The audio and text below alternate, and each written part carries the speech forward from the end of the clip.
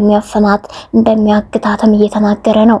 ቢሆንም አሸናፊ ግን እዚህ ቦታ እንድትጠፋና ቶሎ እንድትሄድም የሚያስብ ነው። የመጀመሪያው ስልክ ጥሪ ለሱ ነው የደረሰውና ሰፈር ያሉት ጎረምሶች ግን እሷን በደንብ አድርገው አጥምደው ለንጉሱ ልጅ አሳልፈው ለመስጠትና አደይ ህይወቷን የጨለመና የሚያደርግ እንዲሁም የማትፈልገውን ህይወት እንድትኖር ዴቭ ግን በርግጥ አሁን ላይ መሄድ አለብኝ ብሎ እናትየዋን ትእዛዝ ሰጥታ ስለነበር የነባርኩት እናት አው አደይን ሄዳችሁ መፈለግ አለባችሁ፣ እዚህ ቤት መምጣት አለባት፣ ያለችበት ህይወት አጃጋ ነው ገጠር ስትልም ነግራቸው ስለነበር ዴቭ ሄዳለሁ ብሎ ቆርጦ ተነስቷል።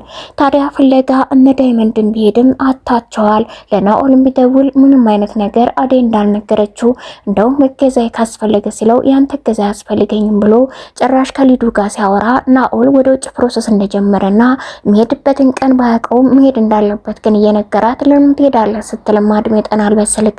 ታዲያ ዴቭ አሁን ላይ እሄዳለሁ ገጠር እፈልጋታለሁ እያለ በፍጹም ይሄማ ሊሆን አይችልም እያለች ደግሞ ሊዱ ትነግረዋለች።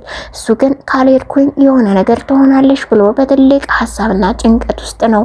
ታዲያ የገጠሮቹ ጎረምሶች አሁን ላይ ግን ስራቸውን ይሰሩ ይሆን? የስልክ ጥሪው በርግጥ የደረሰው ለአሸናፊ ነው። ለነሱ አዳምጡት ወይስ ሳዳምጡ ይቀሩ ባናቅም። አድማጭ ተመልካቾቼ የአደይ ድራማ የዛሬው ክፍል እዚህ ላይ ነው ያበቃው። የእናንተንም ሀሳብ አስተያየት በኮሜንት ጻፉልኝ። ለቻናሌ አዲስ ሆናችሁ ሰብስክራይብ፣ ቪዲዮን ደግሞ ላይክ፣ ሼር በማድረግ ቤተሰብ ሁኑ። አብራችሁን ስለቆያችሁ አመሰግናለሁ።